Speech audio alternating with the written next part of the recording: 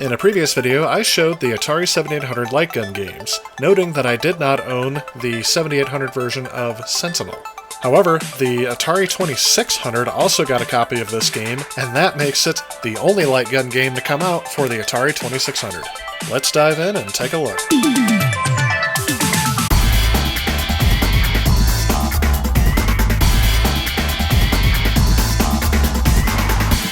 I'd like an Atari 2600 system, please, and everything that goes with it. Everything? You sure you want everything? I want everything. Now you're getting your low price. Throughout the entire life cycle of the Atari 2600, there was definitely no shortage of accessories. Atari officially supported this console from the days of the VCS in 1977 to the discontinuation of the Atari 2600 Junior in 1992. That nearly 14-year life cycle left a lot of accessories in its wake.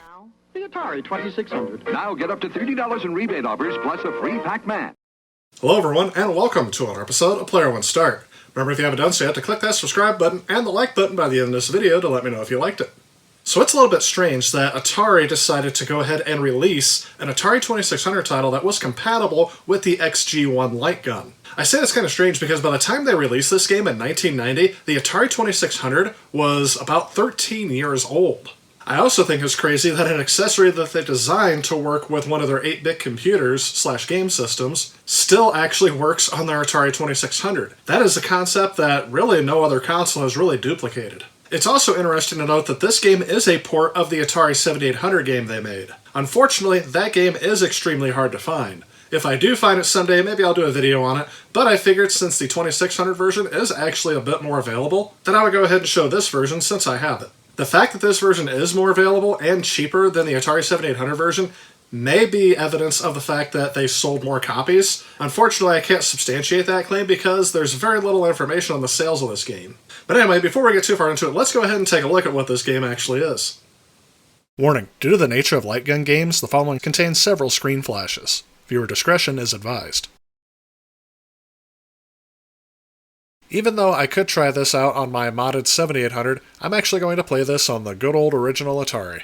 This console is close to 40 years old. That makes it the oldest piece of working computer technology I have in my house. This console is not modded, so it will be coming out through the original RF signal. The 7800 had the same cartridge size and dimensions to maintain backwards compatibility with the 2600. After getting it loaded up, let's go ahead and power it on, and well, that was disappointing. There we go.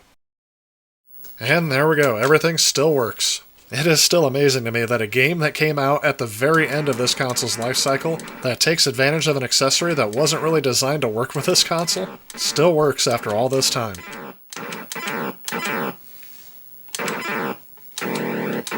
Although I did try this out on my 7800 first, and I noticed that there is one difference.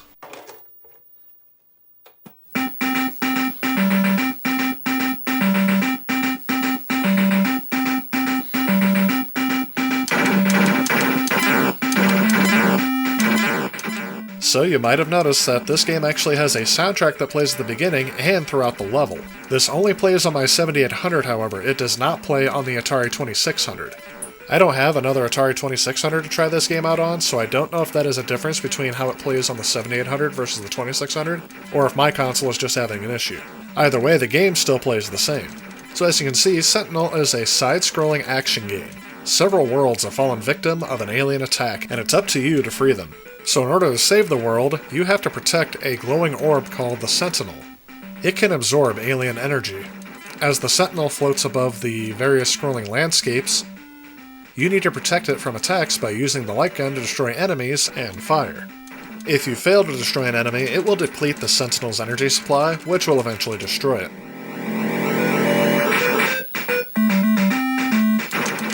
There are 4 levels of increasing difficulty, each with a boss at the end. To help you out in your mission, several bonuses may be encountered from time to time. Increased firepower and energy can be acquired when you shoot the bonus capsules that appear. This is one of those shooter games that will test your finger to the limit. I often found myself having to take a break for just a couple of seconds, just so the feeling can return to my trigger finger. The Sentinel's power level is listed on the bottom left of the screen.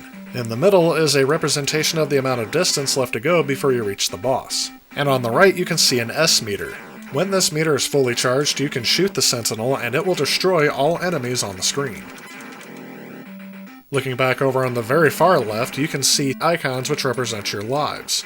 Overall, I found this game actually very enjoyable. Even though the graphics are very primitive, this is actually the most advanced graphics I think I've ever seen on an Atari 2600 game. The sound effects and the soundtrack that plays throughout the game are also very impressive for an Atari 2600 title as well. The gameplay is very simple, but it's one that I found very addicting. As enemies scroll across the screen, your goal is just to shoot anything that comes along. One criticism that I have is that it's very hard to tell what the difference is between all of the enemies. But again, that is a limitation of the Atari 2600. And I'm sure if I had the manual, that would actually explain this a little bit more. Overall, I found this actually a very enjoyable experience. And because the Atari 7800 version of this game is very rare and often expensive when you can find it, I can see myself recommending this game as a viable alternative. However, I can't make a final judgment on that because I actually don't own the 7800 version yet. The inaccuracy of the Atari light gun actually didn't really come into play here, as most of the enemies are actually big enough to make this a non-issue. But yeah, this is it. This is the only light gun game that ever came out for the Atari 2600, at least before homebrew titles.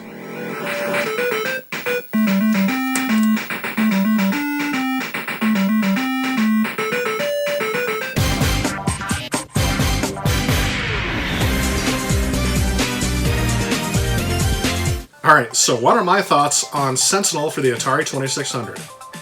Again, I find it crazy that the Atari light gun works on the original Atari 2600/video computer system. My camera had a hard time actually syncing with the frame rate on my television when I was playing it on the Atari 2600. When I was capturing footage with other games for this system using my camera, it actually had little to no issues, so I don't know if that's something that they're doing with the coding, or that I was using RF out and that's actually messing with my camera. I don't know.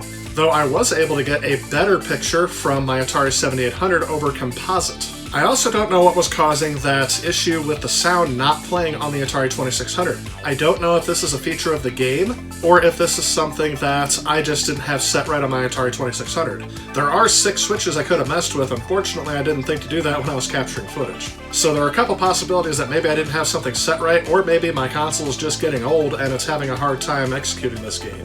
In terms of gameplay though, I think it played the same on both consoles. And it really should, because they took the same hardware chip that's inside of the 2600 and put it in the 7800 to make it fully backwards compatible. There are a couple of games that aren't backwards compatible, but I haven't run across any personally. And in terms of accuracy, I noted in my Atari 7800 light gun review, this light gun is not as accurate as some of the other counterparts that came out around the same time. But I didn't notice that with this game. I think it's because the hitboxes on all of these objects are a lot bigger. They probably have to be because the Atari 2600 is not capable of running a lot of sprites. Most of my research says 3, possibly 4 without the use of screen flickering. And I didn't notice any sprite flickering when playing it on either console. So would I recommend this game to other people who are collecting games for either system, the 2600 or the 7800? I would say if you're collecting light gun games, yes. It's one of those games that I don't think is really rare to find, and if you're able to find a light gun, it is definitely a worthy addition to your collection. I would say this is probably my second favorite game. If you're wondering what my number 1 favorite game was, I mentioned that in my Atari 7800 review.